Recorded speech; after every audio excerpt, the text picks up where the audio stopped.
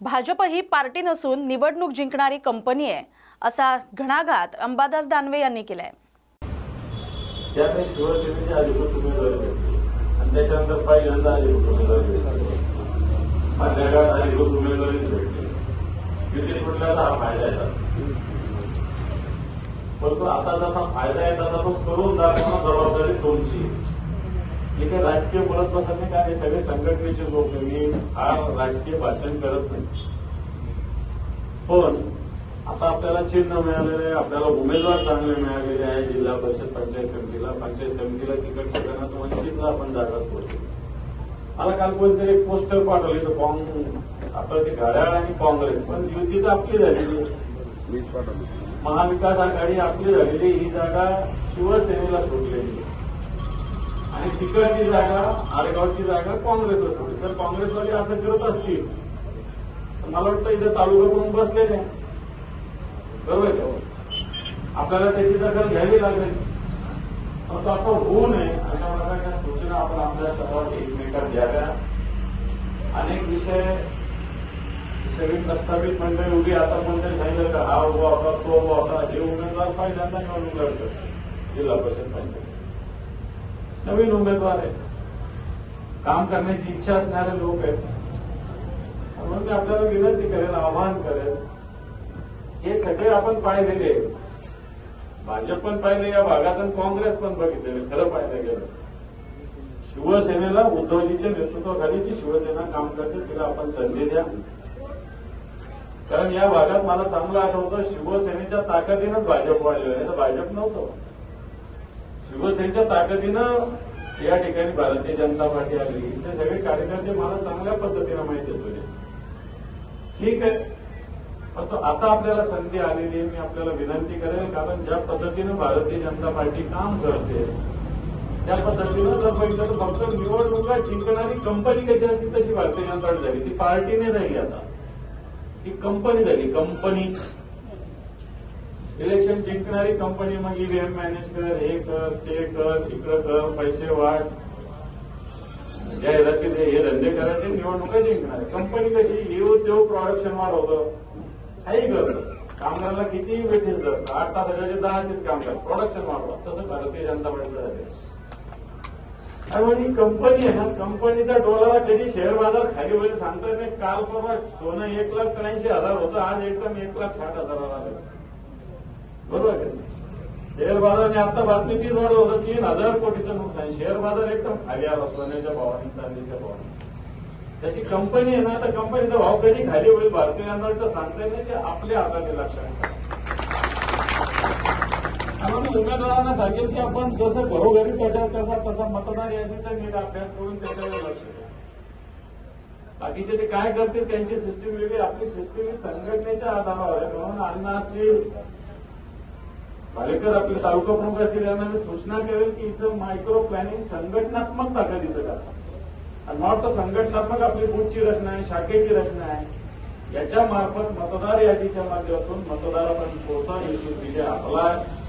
त्या पद्धतीनं जिल्हा असेल, राज्य असेल, देशात असेल, राजकारण चालू आहे। शेतकऱ्यांची कशी फसवणूक अडवणूक चालू आहे, मी काही सांगण्याची गरज नाही। शेतमालाच्या भावाची स्थिती काय आपल्याला सांगण्याची आवश्यकता नाही, आपण सगळे सुजाण नागरिक आहात।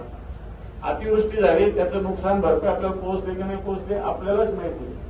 शेतकऱ्याच्या सगळ्या योजना, पीक 1 रुपयाचा पीक विमा असेल, वेगवेगळ्या योजना बंद केल्या जातात। आता मी इथं सहज बातमी वाचत होतो, त्याची आरोग्य सुविधा 2023ला मोफत सुरू केली, पुन्हा फीस लावायचं चालू आहे। आता याच्यात बातमी मी कुठेतरी मी याच्यात बातमी वाचली की आता त्याला जे आरोग्य केंद्र ना, इथं आता मोफत।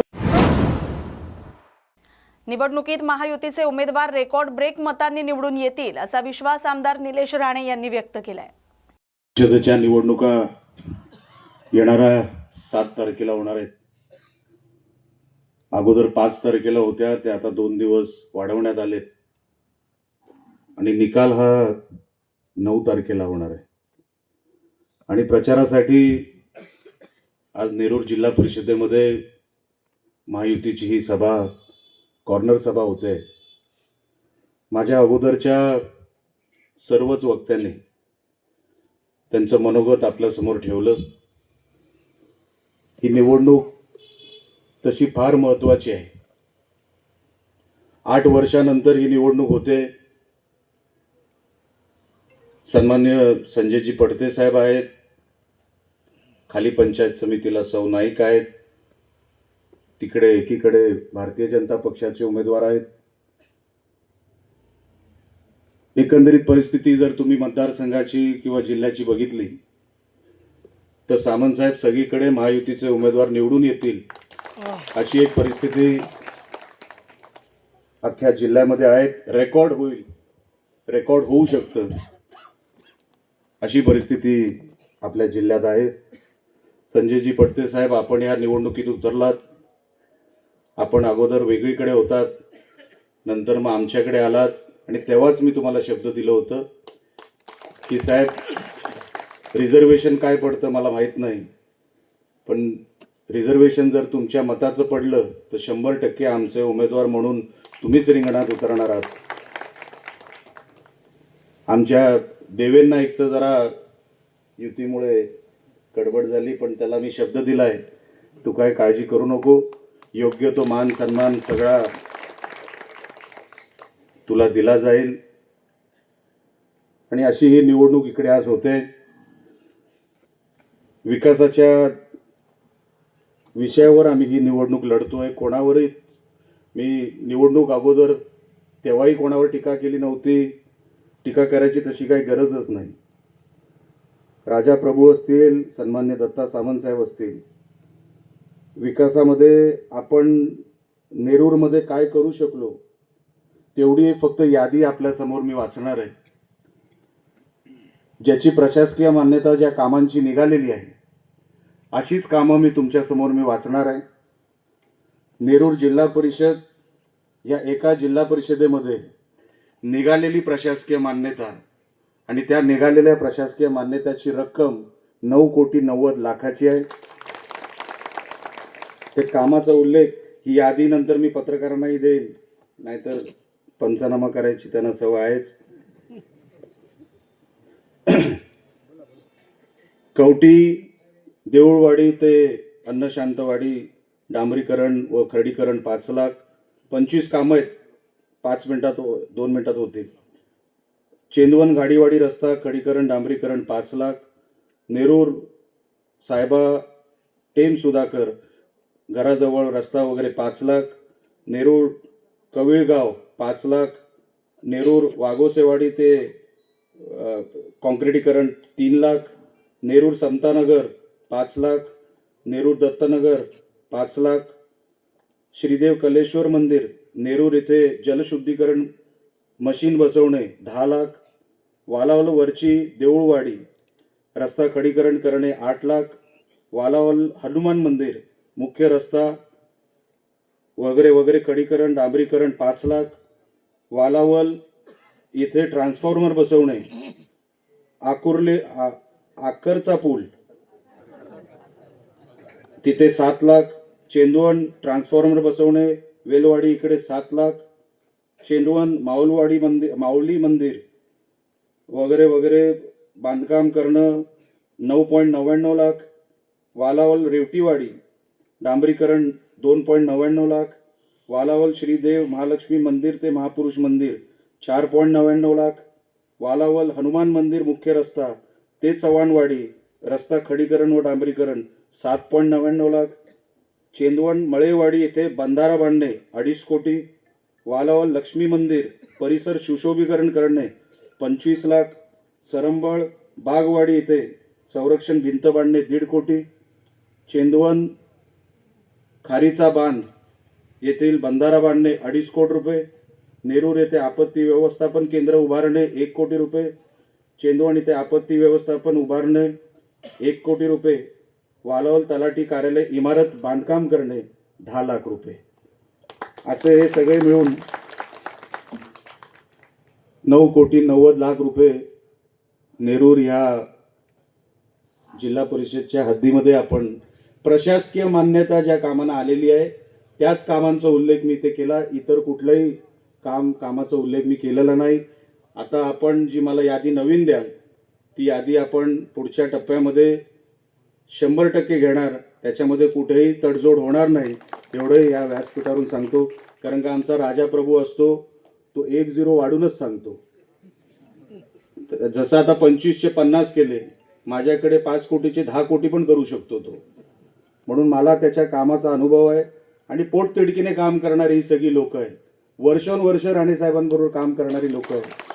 त्यांच्यासाठी काहीतरी करणं हे माझं भाग्य मी समजतो आणि म्हणून कुठेही सामंत साहेबांचा शब्द पडता कामा नाही या उद्देशाने मी कामाला लागलेलो आहे. कुठेही राजकारण करणं हा भाग नाही. जसा उल्लेख आता कोणीतरी व्यासपीठावरून केला, कुठल्या तरी गावामध्ये आपली ग्रामपंचायत नाही म्हणून मी निधी देणार नाही. हे पूर्वीचे दिवस आता संपले. इथे आमदार आता निलेश राणे आहेत. सगळ्यांना न्याय मिळणार, कुठेही कोण वंचित राहणार नाही. कुठलीही वाडी माझ्याकडे नाही म्हणून मी वंचित ठेवणार नाही. जसं राजा प्रभू 10 वर्ष वंचित राहिले तसं आता ह्या मतदारसंघात कुठलीच वाडी कुठलंच गाव वंचित राहणार नाही एवढं या व्यासपीठावरून सांगतो. आमच्या उमेदवाराला, आमच्या सगळ्या उमेदवारांना आपण निवडून द्यावं ही विनंती करतो. कारण का समोर मला वाटतं कुठलाच पक्ष नाही, उमेदवार कुठल्या पक्षाचा आहे माहीत नाही, तो स्वतः कुठे उभा आहे माहीत नाही, तो उद्या कुठे जाईल तेही माहीत नाही, तो निवडून आल्यानंतर करेल काय हेही माहीत नाही, निवडणुकीला पैसे देणार कोण हेही माहीत नाही, तो सगळ्यांकडून पैसे घेणार एवढं त्याला माहिती आहे. कारण का पडते साहेब, कॉन्टॅक्ट होतो ना, मी फॉर्म भरलाय तुझपासून, अरे तू भरला कशाला, मग नाही भरायचा नाही, पण कुठेतरी भरलं पाहिजे, नाहीतर मग कुठेतरी मीटर चालणार नाही. विचार करा, एकीकडे पडते साहेबांसारखा अनुभवी एक उमेदवार आहे, त्यांच्या मागे आम्ही सगळे उभे आहोत. भारतीय जनता पक्ष उभी आहे, आमची शिवसेना उभी आहे, राष्ट्रवादी आहे, सगळ्या पार्टींचा पाठिंबा त्यांना आहे. आणि समोर जो उमेदवार आहे त्यांना नेमका पाठिंबा कोणाचा आहे हे ते उघड सांगूच शकत नाही. त्यांनी जर सांगितलं तर ते संध्याकाळी आम्हाला फोनच करू शकत नाही. आता विनायक राऊत कदाचित तिकडे आलेत, मला असं कळलंय, बरोबर आहे ना, त्यांच्या प्रचारासाठी आलेत. मला माहिती आहे ते संध्याकाळी मला फोन करून काय सांगणार पडते, साहेब मी बोलवलं नव्हतं, स्वतःहून आले ते. तुमचा शिष्य होता का तो? होता ना, म्हणजे पूर्वी होता ना, म्हणजे शिष्य आता तपासून घ्या तुम्ही साहेब. असा शिष्य चालेल कधी, पण तसा शिष्य नाही चालणार. म्हणजे मॅनेजमेंट करणारा कधी मतदारसंघ सांभाळू शकत नाही. मतदारसंघ सांभाळण्यासाठी मागे कोणाची तरी ताकद लागते. आम्ही हे सगळे पैसे जे तुमच्यासमोर जाहीर केले ते एकट्या निलेश राणेची मेहनत नाही, त्याच्यामध्ये आमच्या शिंदे साहेबांची मेहनत आहे, आमच्या फडणवीस साहेबांची मेहनत आहे, आमच्या पालकमंत्र्यांची मेहनत आहे, आमच्या खासदार राणे साहेबांची मेहनत आहे. या सगळ्यांची मेहनत एकत्र करून हा आम्ही निधी आणू शकलो. कुठून निधी आणणार ही लोक? अगोदरच 8 वर्षानंतर निवडणुका होत आहेत. 8 वर्षानंतर पडते साहेबांना चांगलं माहिती आहे, त्यांना अनुभव आहे. प्रशासनाकडे 8 वर्ष जिल्हा परिषद होती, म्हणजे त्या तिजोरीत आता काय राहिलंय तिथपासून आता सुरुवात करावं लागेल. जिल्हा परिषद संस्था ही काय लहान संस्था समजू नका. आमचा जो आमदार निधी असतो ना, आम्हाला जो खर्च पाडायचा असतो, आम्हाला जो खर्च द्यायचा असतो तो डीपीओ कडे द्यायचा असतो. डीपीओ वर्ग करतो कुठे? जिल्हा परिषदेला.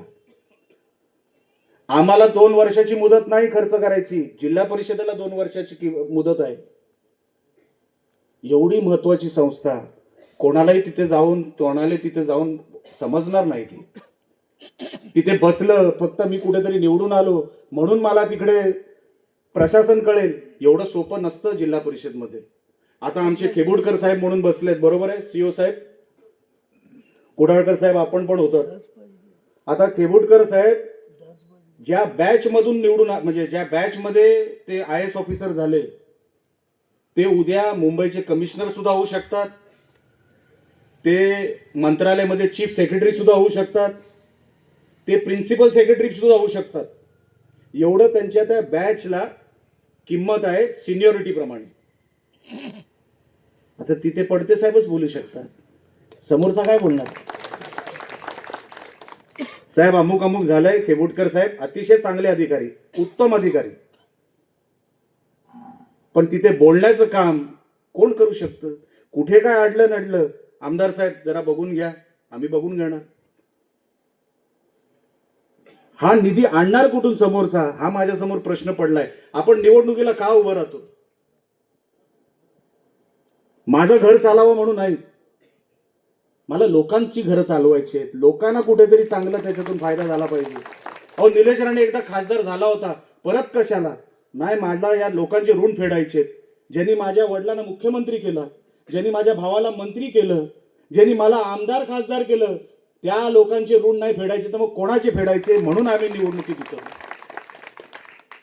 मला माझं घर चालवायला, मला निवडणुकीत उतरायचं आहे, ही भावनाच कुठेतरी संपली पाहिजे. आणि ती भावना जर संपवायची असेल, तो विषय जर संपवायचा असेल, तर पडते साहेब निवडून आले पाहिजे.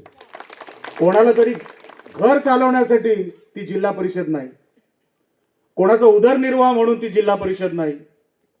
आपण कोण आहे, मी कोणाच्या बाजूने उभा आहे सांगणारा कोणतरी पुरुष पाहिजे किंवा महिला पाहिजे. की मी अमुक अमुक पक्षाचा आहे, मी अपक्ष आहे, मी सगळ्यांचा आहे, एवढं तरी सांगून टाक.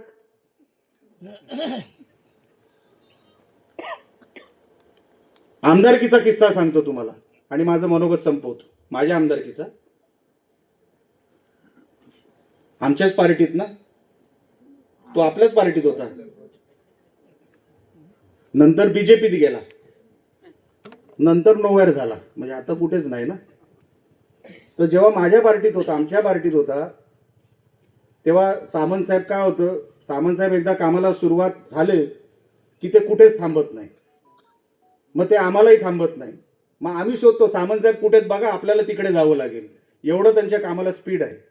आता ह्यांच्या स्पीड समोर तो टिकला नाही. मग आमच्या अगोदर शिवसेनेत गेला होता, म्हणून गेला रत्नागिरीला. साहेब माझं काहीतरी बघून घ्या, ह्यांची स्पीड खूप आहे, मी कुठे काय करायचं, माझं काय, माझं काय म्हणजे कळलं ना, माझं काय. मग तिकडे आमचे सामंत साहेब आहेत, त्यांनी समजून सांगितलं, नाही नाही तुला निलेश राणे आणि दत्ता सामंत बरोबर काम करावं लागेल, तू काय आता गडबड करू नको. तरी काय नाही, तरी दुकान बंद. मग कधी सामंत साहेब बोलतायत, कधी मी बोलतोय. मी काय पाहिजे काय, आता चेहऱ्यावरच गांधीजी दिसत होते, तरी मी विचारायचं धाडस केलं, मी पाहिजे काय. साहेब आता तुम्हीच बघून घ्या, आता मी काय बोलणार. मी एवढं एवढं होईल, ठीक आहे साहेब, लागतो कामाला, लागला कामाला. म्हणजे अशी लोक जर जिल्हा परिषदेमध्ये गेली, ते आत्ताचे जे रस्ते, ज्याचा उल्लेख आता कुडाकर साहेबांनी केला आणि ज्याचा उल्लेख आता 9,90,00,000 मी केला, ते मीटर घेऊन इथे उभे राहतील, टोल लावतील, स्वतःचा टोल लावेल. आता मी सदस्य, तो दुर्दैवाने होणार नाहीच, म्हणजे सुदैवाने होणार नाहीच, पण जर चुकून झाला कुठेही तर इथे स्वतःचा टॅक्स लावेल, कारण का त्यांना स्वतःचं काहीतरी चालवायचं आहे. त्यांची निष्ठा कोणाशीच नाहीये. हा माणूस बघा पडते साहेब, मला या माणसाचं खरोखरच कौतुक आहे.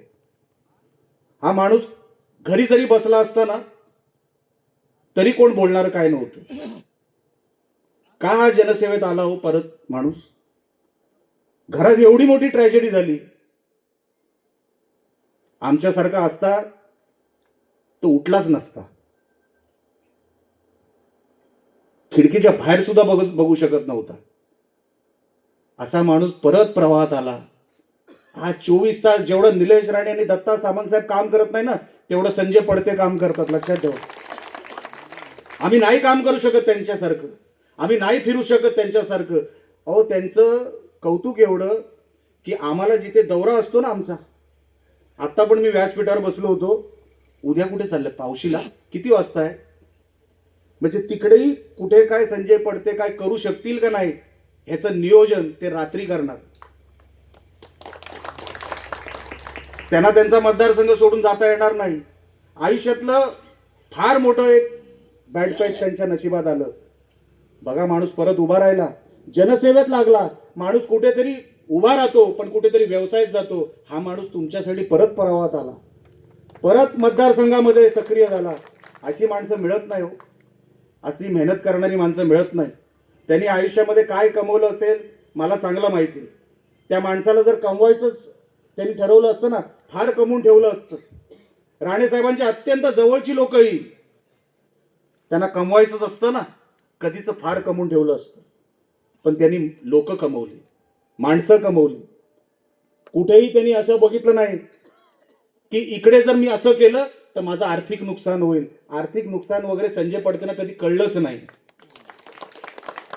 आणि म्हणून हा लोकसंग्रह जो त्यांच्या मागे आम्ही नेहमी बघतो तो असाच उभा राहत नाही.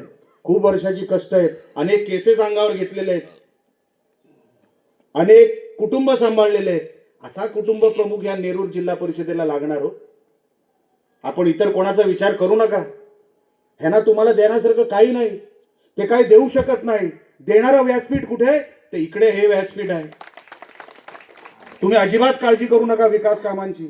पडते साहेब आमच्या राणे साहेबांबरोबर ज्यांनी काम केलं तर त्यांचा आदर आज जसं आम्ही सामंत साहेबांचा करतो की सामंत साहेब माझ्या वडिलांबरोबर राणे साहेबांबरोबर इतके वर्ष राहिली, तसेच संजय पडते साहेब आहेत. कुठेही त्यांचा शब्द खाली पडू देणार नाही. तुम्ही एक संधी आमच्या संजय पडते साहेबांना द्या, आमच्या सौ नाईकांना द्या आणि तिकडे आमच्या भारतीय जनता पक्षाच्या उमेदवारांना द्या. एवढीच फक्त विनंती करण्यासाठी आपल्यासमोर मी इथे आलो. लांब लचक भाषण करणार नाही. उमेदवारांचा फरक आम्ही तुम्हाला सांगितलेला आहे. विकास कामं कोण देऊ शकतो, पालकमंत्री परवा येऊन गेले. पालकमंत्री आता उद्या डीपीडीसी लावतील. पडते साहेब जे म्हणतील ते काम त्यांना मिळणार, जे म्हणतील ते. आणि हे फक्त तुमच्या तोंडावरती सांगत नाही पडते साहेब, तुमचा अधिकार आहे, तुमचा हक्क आहे. तुम्ही तसे राहिलात, लोकांमध्ये राहिलात, तो आदर आम्हाला तुमच्याबद्दल आहे. म्हणून आम्हाला ते करावं लागणार आणि आम्ही ते करणार. मी मनापासून तुम्हाला शुभेच्छा देतो. सगळ्या आमच्या उमेदवारांना शुभेच्छा देतो. आपण येणाऱ्या 7 तारखेला आमच्या सगळ्या महायुतीच्या उमेदवारांना भरघोस मताने आपण निवडून द्या. अटीतटीमध्ये मजा नाही येणार. पडते साहेब हजारोंच्या संख्येने निवडून आले. आमचे पंचायत समितीला हजारोच्या मताने निवडून आले. तर आम्हालाही काम करायला ऊर्जा येते. बघा ह्या लोकांनी आपल्याला साथ दिली, ह्या लोकांचा शब्द कुठे पडता कामा नये. म्हणून तुम्ही आम्हाला मतदान करा, एवढी फक्त विनंती करतो. इथेच थांबतो. जय हिंद, जय महाराष्ट्र.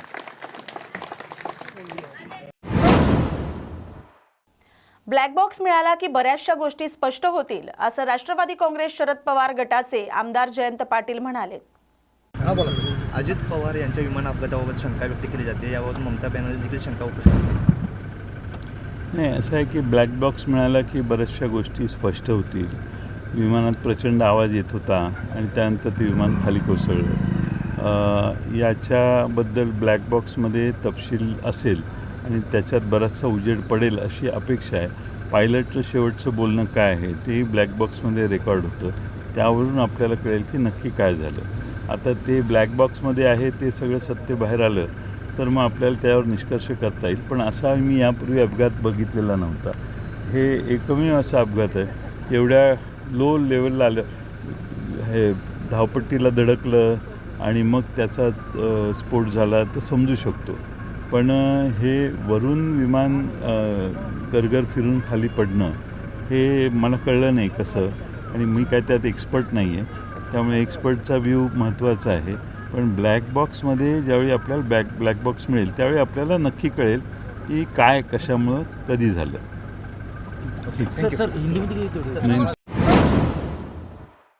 शोककाळात सत्ता स्थापनेची घाई झाली, शिष्टाचार हवा होता, असं काँग्रेसचे राष्ट्रीय समन्वयक शैलेश अग्रवाल म्हणालेत.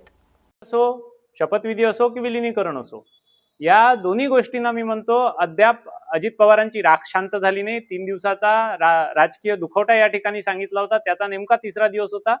राजकीय दुखवटा होता तेव्हा कोणतेच राजकीय हालचालींना वेग येणार नव्हता. पण एकीकडे ते असताना इकडे राजकीय हालचाली करायच्या आणि अजित पवारांच्या पक्षांचे काही लोक त्या ठिकाणी मुंबईला बैठकींसाठी गेले. तर हा सगळा विलिनीकरण असो किंवा सत्ता स्थापन असो, या सगळ्या गोष्टींना मला असं वाटते की एक वेळेस उपमुख्यमंत्री अजित पवार यांची राख शांत होऊ द्यायला पाहिजे होती. जो लोकांचं दुःख आहे ते कमी होऊ द्यायला पाहिजे होतं आणि त्याच्यानंतर या सगळ्या गोष्टींना वाव होता करता आल्या असत्या. त्यासाठी एवढी गडबड करण्याची काही आवश्यकता मला वाटत नाही. शपथविधीची वेळ चुकली, जनतेत नाराजी असल्याचं अंबादास दानवे म्हणालेत. काय सांगाल आज बावनकुळेंच्या उपस्थित जे आहे ते भाजपाच्या जाहीरनाम्याचं प्रकाशन. जाहीरनामा एक फक्त पेपर ठेवते भारतीय जनता पार्टी. भारतीय जनता पार्टीने कोणते जाहीरनामे आतापर्यंत पूर्ण केलेले?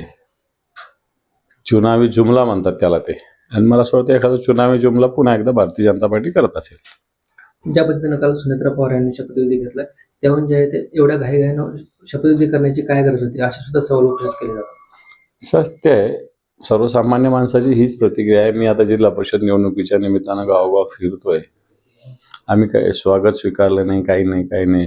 परंतु काही ठिकाणी लोकांनी ही प्रतिक्रिया व्यक्त केली की अजून आपल्याकडे ग्रामीण भागात 12 दिवसाचा 13 दिवसाचा दुखवटा असतो, दहावा असतो. या सगळं झाल्यानंतर मला असं वाटतं या सगळ्या गोष्टी व्हायला पाहिजे होती. ही मानसिकता आम जनतेची एवढं तर नक्की. ज्या पद्धतीनं सुनेत्रा पवार यांनी निर्णय घेतला तो योग्यच घेतला असं फडणवीस म्हणाले. आता हे फडणवीसांचं मत आहे. निर्णय योग्य अयोग्य घेतला असं कोण म्हणतंय? फक्त त्याची वेळ चुकीची आहे असं आमचं मत आहे.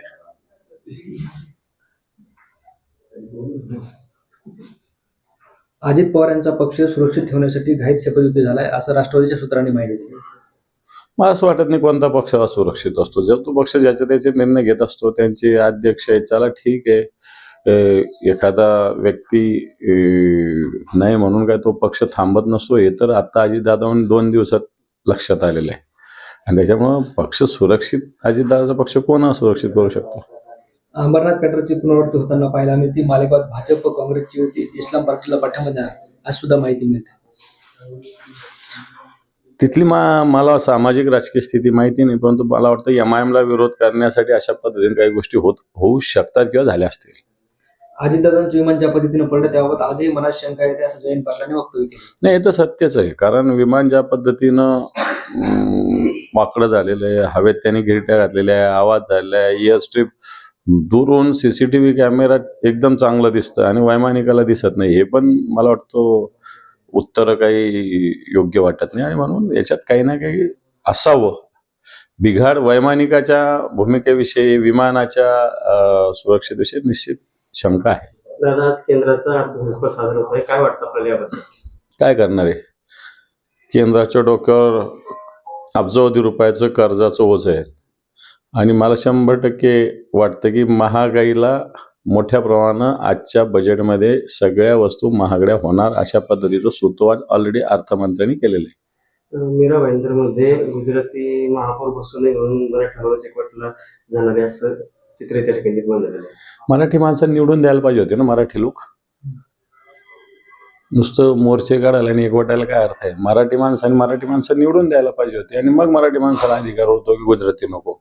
इकडे निवडून द्यायचं नाही आणि तिकडे होऊन द्यायचं असं थोडी अर्थ आहे.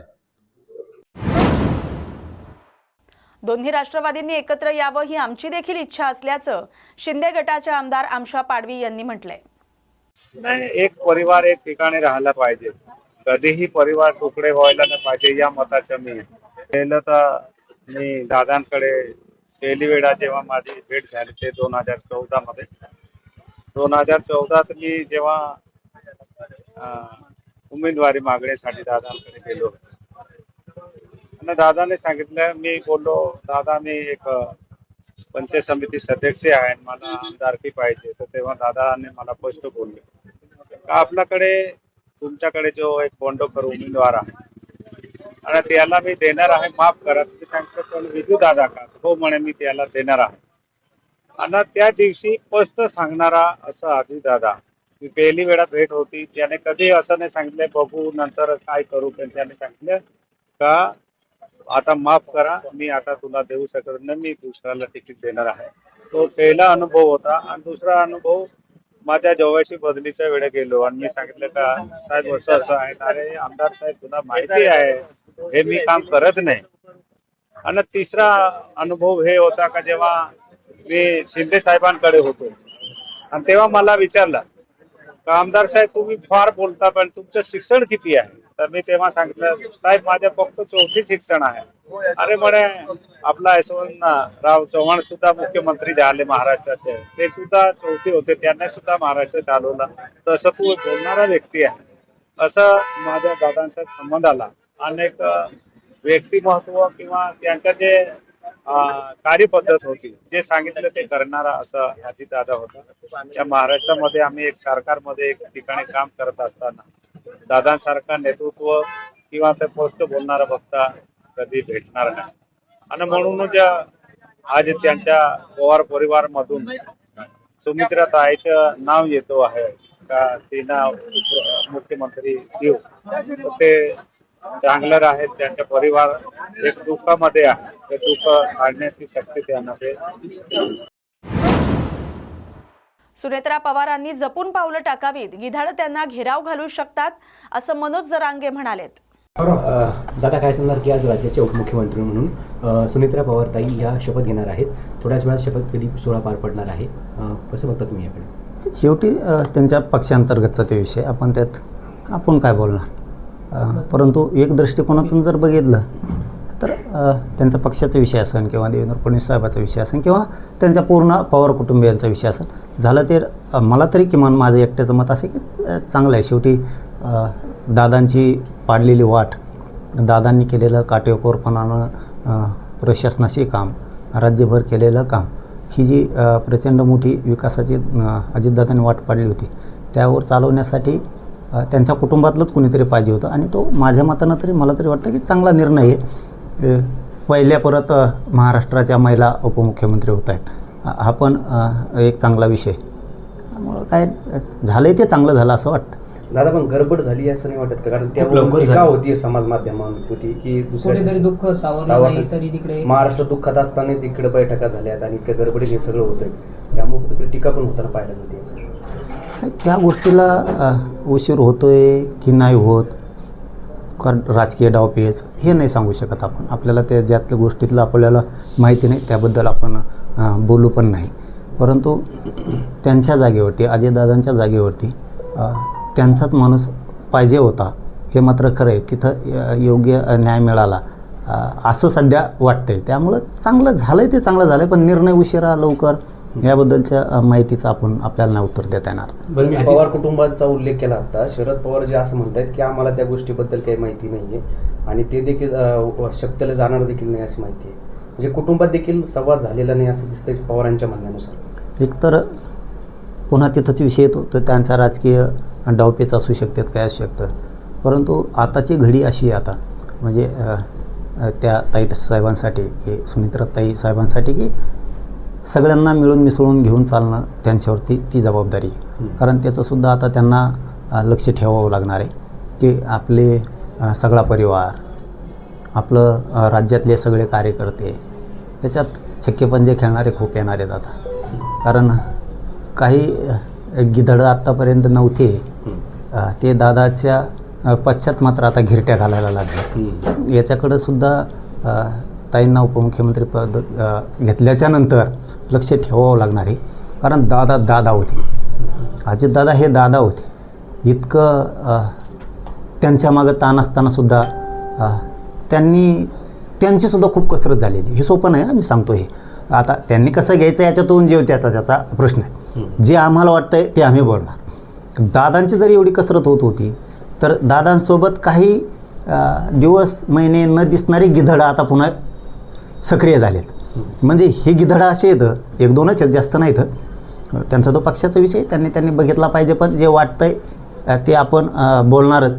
की ते पूर्वी असं होतं बघा, वाड्या असायचा पूर्वी आणि त्या वाड्यात ढेकणं असायची आणि ज्या घरानं मोठं केलं त्या ढेकणाचं काम असायचं त्याच घरातल्या माणसाला चावायचं, रक्त प्यायचं. असे काही गिधडं येतं, काही ढेकणं येतं तिथं आसपास. त्यांच्यावर मात्र लक्ष ठेवलं पाहिजे. त्यांची बोलण्याची पद्धत वेगळी असती.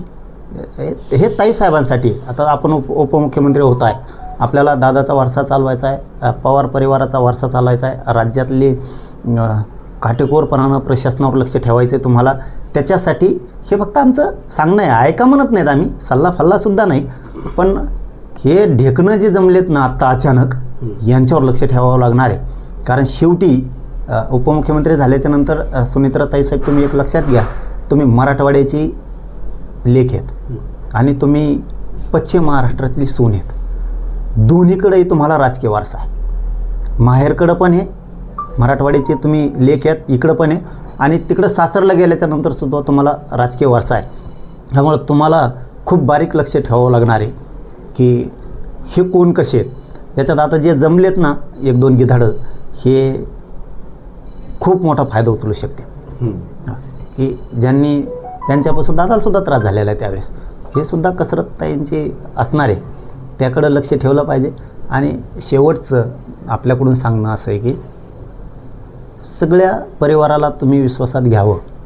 ते राजकारण तिकडे खड्ड्यात गेलं, त्याचं कारण असं आहे की हे इतके चालू लोक आहेत आता 1-2 दिवसात जमलेले, हे की हे कवाशिक पलटी मारतील आणि कुंकट जातील, त्यावेळेस तुमच्या कामाला तुमचा परिवार येणार, हे मात्र तुम्ही विसरू नका. त्या टायमाला तुमचा परिवार तुमच्या कामाला येणार आहे. देवेंद्र फडणवीसच्यासुद्धा टचमध्ये राहिलं पाहिजे, त्यांनी शिंदेसाहेबांचंसुद्धा राहिलं पाहिजे. पण त्यांच्याच अंतर्गत असणारे हे जे ढेकणं आहेत ना, हे खूप रक्त पिऊ शकतात.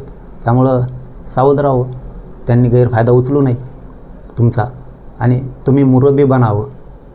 कारण आता तुम्ही स्वीकारलेच उपमुख्यमंत्रीपद, तर दादासारखं कणखर बनावं लागणार आहे. कारण तुम्ही दादाच्या पत्नी आहात, तुम्हाला ते दाखवून द्यावं लागणार आहे मी सुद्धा पवार घराण्याची, हे सिद्ध करावं लागणार आहे.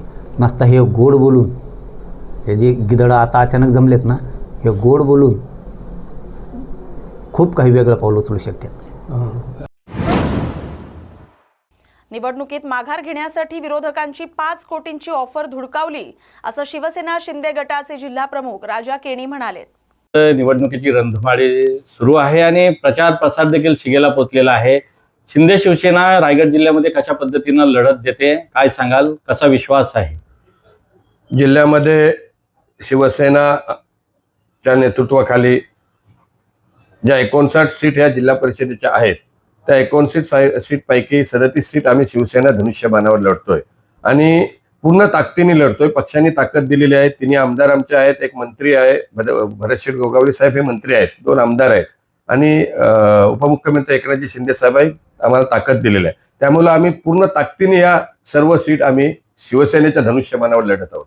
काय सांगाल, किती जागा जिंकण्याचा आशावाद आहे? हे बघा, गेल्या वेळेला शिवसेने पक्षाचा एकच आमदार होते भरतशेठ, आणि आता आमचे 3 आमदार आहेत. त्यामुळे आमचा पूर्ण ताकदीने आमच्या 30 सीट 100% लागणार. शेतकरी कामगार पक्ष असेल किंवा भाजप असेल, त्यांनी देखील उमेदवार निवडणुकीच्या रिंगणामध्ये उभे केलेले आहेत. आंबेपूर जिल्हा परिषद गटामध्ये चुरशीची लढत होईल की आव्हानात्मक लढत होईल की सरळ सोपी निवडणूक होईल, कसं बघता या निवडणुकीत? शिवसेना पक्ष याच्या अगोदर कधीही निवडणुकीला सामोरे या विभागातून गेलेली नव्हती. म्हणजे निवडणूक लढलेली, पण लोकांनी कधी आम्हाला चान्स दिला नव्हता. परंतु आम्ही गेल्या 10-15 वर्ष या विभागामध्ये शिवसेना पक्ष तळागाळामध्ये पोहोचवण्याचं काम केलेलं आहे. आणि इथले जे विरोधी पक्ष होते 2 टर्म ते निवडून आले होते, पण कुठल्याही प्रकारचा इथे विकास केले नाही. जनतेचा रोष आहे. त्यामुळं आम्ही पूर्ण तळागाळामध्ये आदिवासी वाडी वस्तीमध्ये पोहोचलेलो आहेत आणि लोकांचा चांगला प्रतिसाद आहे. आम्ही ही निवडणूक एकतर्फी निघणार आहे. त्यामुळं निवडणुकीत आमच्या शिवसेनेचे धनुष्यबाणावर उमेदवार निवडून येतील. भाई, शेतकरी कामगार पक्ष हा बालेकिल्ला राहिलेला आहे अनेक वर्ष. आता शिवसेना या ठिकाणी आलेली आहे, भाजप देखील आलेला आहे. शेकाप संदर्भात काय सांगाल? शेकापचा प्रभाव टिकून आहे की कशा पद्धतीनं अस्तित्व त्याचं संपुष्टात येत आहे? हे बघा, आता तुम्ही पूर्ण तालुक्यामध्ये बघता, जिल्ह्यामध्ये बघता, या मतदारसंघामध्ये बघता. याच्या अगोदर शेकाप पक्ष बालेकिल्ला होता, परंतु आता काही आमदार महेंद्र शेठ दळवे आमदार झाल्यानंतर प्रत्येक गावामध्ये वाडीमध्ये वस्तीमध्ये जो विकास निधी नेलेला आहे आणि विकासावर प्रभावित होऊन अनेक लोक शेका पक्षाची शिवसेनेमध्ये पक्षामध्ये प्रवेश केला आहे. त्यामुळे शिवसेना इथे ह्या मतदारसंघामध्ये 1 नंबरची राहिलेली आहे. भाई, भविष्याच्या काळामध्ये वचननामा जे आपण शिवसेनेनं काढलेला आहे, एकूणच शिवसेनेचा वचननामा जो आहे तो विकास कामांचा आहे.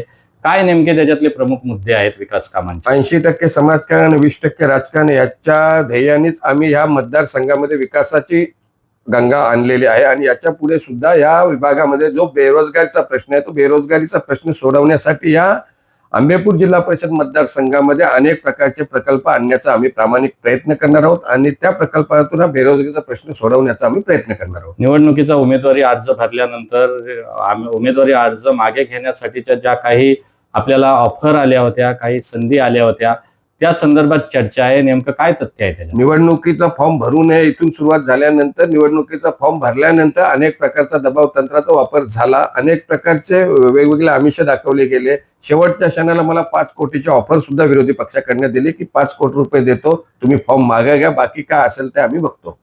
रसिकाताई केने असतील, मानसीताई असतील, या 2 वाघिणी जिल्हा परिषद गेल्यानंतर प्रभावशाली काम करतील असं म्हटलं जात आहे.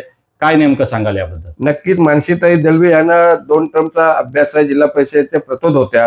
रसिका केनी जिल्हा ग्रामपंचायत उपसरपंच होत्या. त्यांचा सुद्धा महिला वर्गामध्ये चांगल्या प्रकारचा कॉन्टॅक्ट आहे. त्यामुळे महिला बचत गटाच्या माध्यमातून सर्व जे काही काम केलं आहे त्याचा फायदा जिल्हा परिषद निवडणुकी निवडून आल्यानंतर जिल्हा परिषदेमध्ये त्यांचा फायदा प्रत्येक गावातील विकास कामासाठी होईल.